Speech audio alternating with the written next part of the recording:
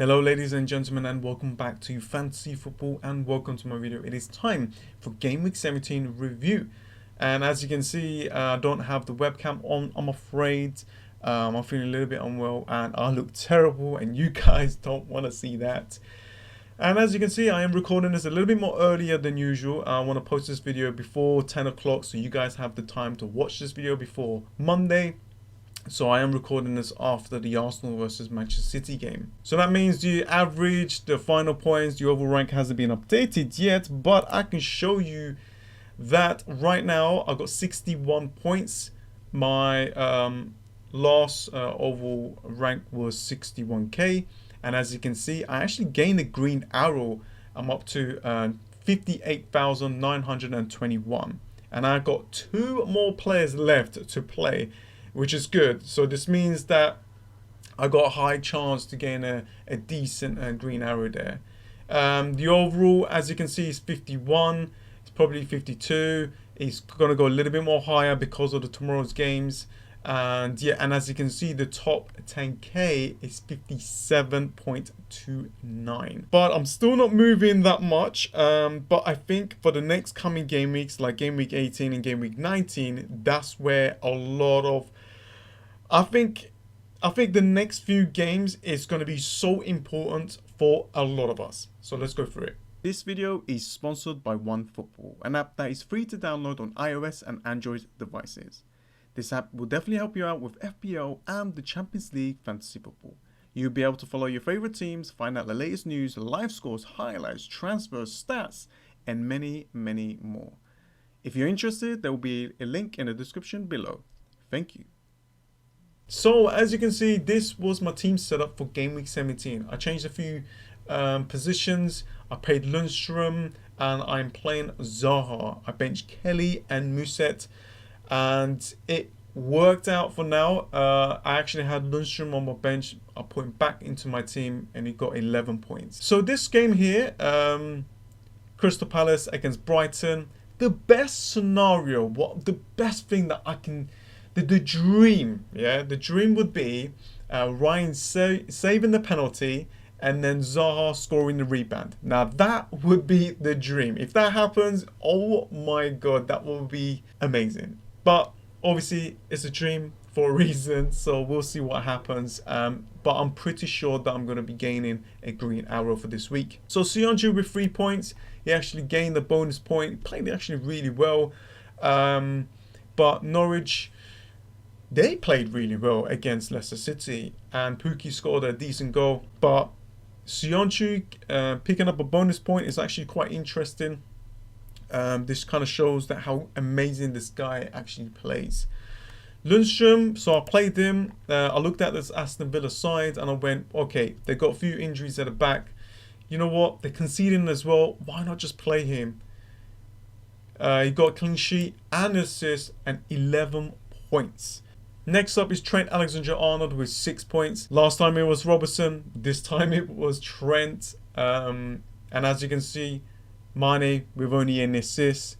And this time, again, it was Salah bringing the big points. As you can see, with 16 points. That last goal that Salah scored actually hurt a lot of people. But if you kept him for this long, you know, well done to you.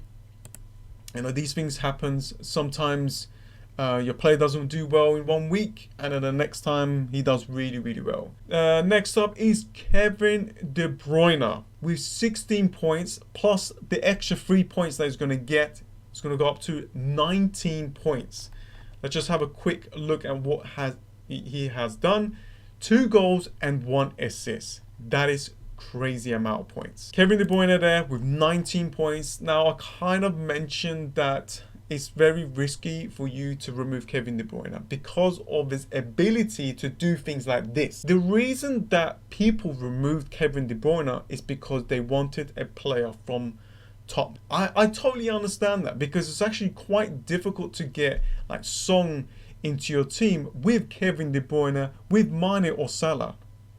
It is so difficult. You need to like slowly trim off a little bit of money here and then a little bit of money there to get a right amount of money to get all of these players. Now, I'm not saying my team is the best, but I have been consistent And I'm just waiting for that one, like this 1 week that I captain the differential or my differentials that does well. That's when I will be gaining. And Madison with 2, this time he did not bring the points, but he actually looked good. A lot of like corners, a lot of free kicks. Just yeah, it just didn't work out for him. And Song, I didn't even watch this game, so I'm not 100% sure how he performed.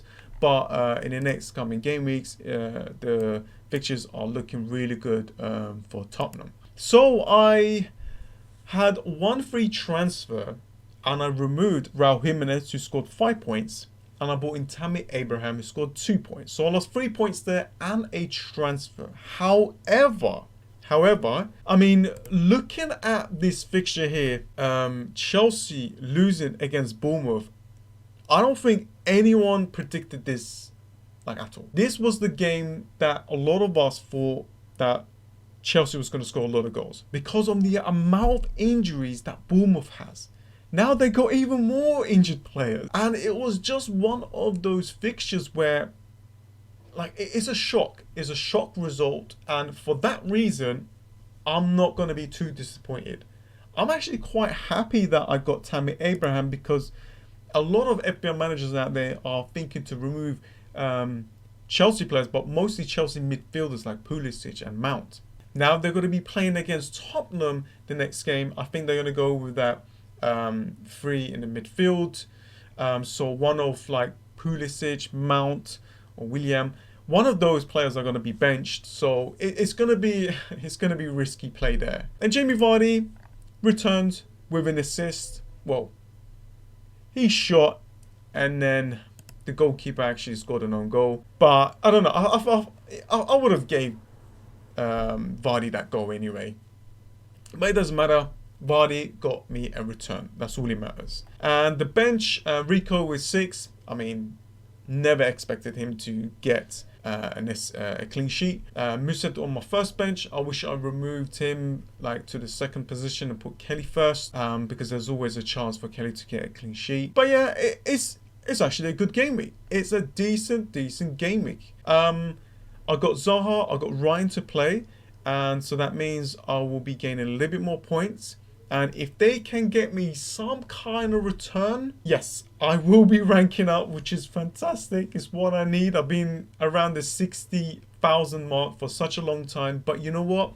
I said it before. As long as I'm at this position, I'm fine. As long as I'm not dropping and I'm at this position, like I said before, is good. Because it only takes 1 or 2 players to do really well to gain me up to that 20,000 or even 10,000. So we'll see what happens, guys. Let's go through my team for game week 18. This is the team so far. Now I have made no changes, and as you can see on the bench, I got Mane and Trent Alexander-Arnold.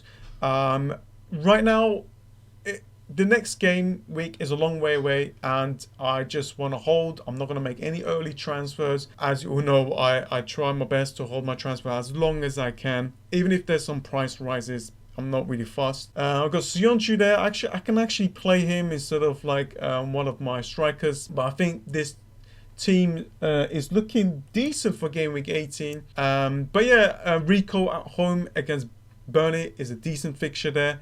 Lundstrom and Ryan here. So Brighton against Sheffield United. Great fixture there for one of those teams to get a clean sheet.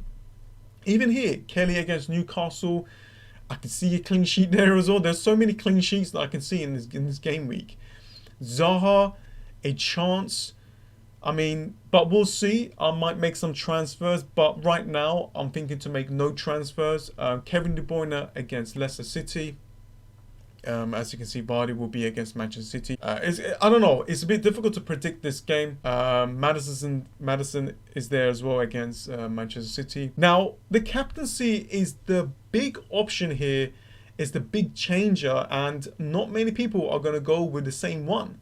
And this game week is going to make or break. It's going to change things around a lot. And what I'm thinking is, so this is what I'm thinking.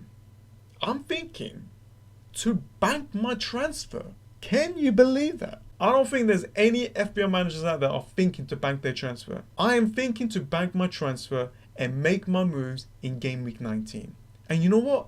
Looking at the game week 19, I already spoke about game week 19. There's a lot of fixtures here. A lot of fixtures here that are great for, you know, players like Spurs to get us a lot of points. Maybe even Aston Villa against Norwich. Chelsea against Southampton. You got Everton against Burnley. These are decent fixtures. You got Manchester United against Newcastle. These are very good fixtures. Even the Sheffield United fixtures there against Watford. You know, we've got Lundstrom, Sheffield United players. I can see a decent, even like this one here, Crystal Palace against West Ham. This is a very good fixture for Crystal Palace. I don't know. I feel like banking my transfer in game week 18 and making these transfers in game week 19. Maybe get in another Spurs player, or get a Manchester United cover. Maybe James, or maybe just go for Rashford. Could even go for an Everton player like Richarlison. I mean, he's been performing well. Maybe I could get Richarlison before that against Arsenal in game week 18. I mean, this fixture here, oh my God. Like, Arsenal travelling to Everton, I can see Everton doing well here. Bournemouth could do well here against Burnley. You know, with the amount of injury players they have, they played actually really well. They got Brighton against Sheffield United. I can see a draw. There's a lot of draw fixtures here that I can see. That's what I'm thinking. Banking a transfer, or maybe getting Richarlison for Maddison, or maybe you're taking a risk and downgrading Trent Alexander-Arnold and try and get in maybe a Manchester United player. I don't know. For now, the best thing for me to do is to hold my transfer as long as I can. As you can see, the next game week is next Saturday, so that's a long way away, and a lot of things can happen in between that. Anyways, guys, thank you so much for joining. Now, before I let you guys go, I've got one question. Now, a lot of FPL managers out there has asked me to do more live streams. I can tell you right now that I've got one more week left before I go on my Christmas holidays. So that means I can do more live streams. But I want to know, which ones do you guys want the most? Do you guys want the deadline streams? That is before 11:30. Do you guys like the 3 o'clock live streams where we go through these 3 o'clock games? Or do you guys like the afternoon live streams where once everything has finished, we can sit back and go through on what's happened?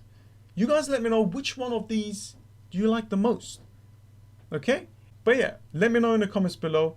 Thank you so much for joining, guys. Don't forget to subscribe, and always drop a like on the video. Thank you.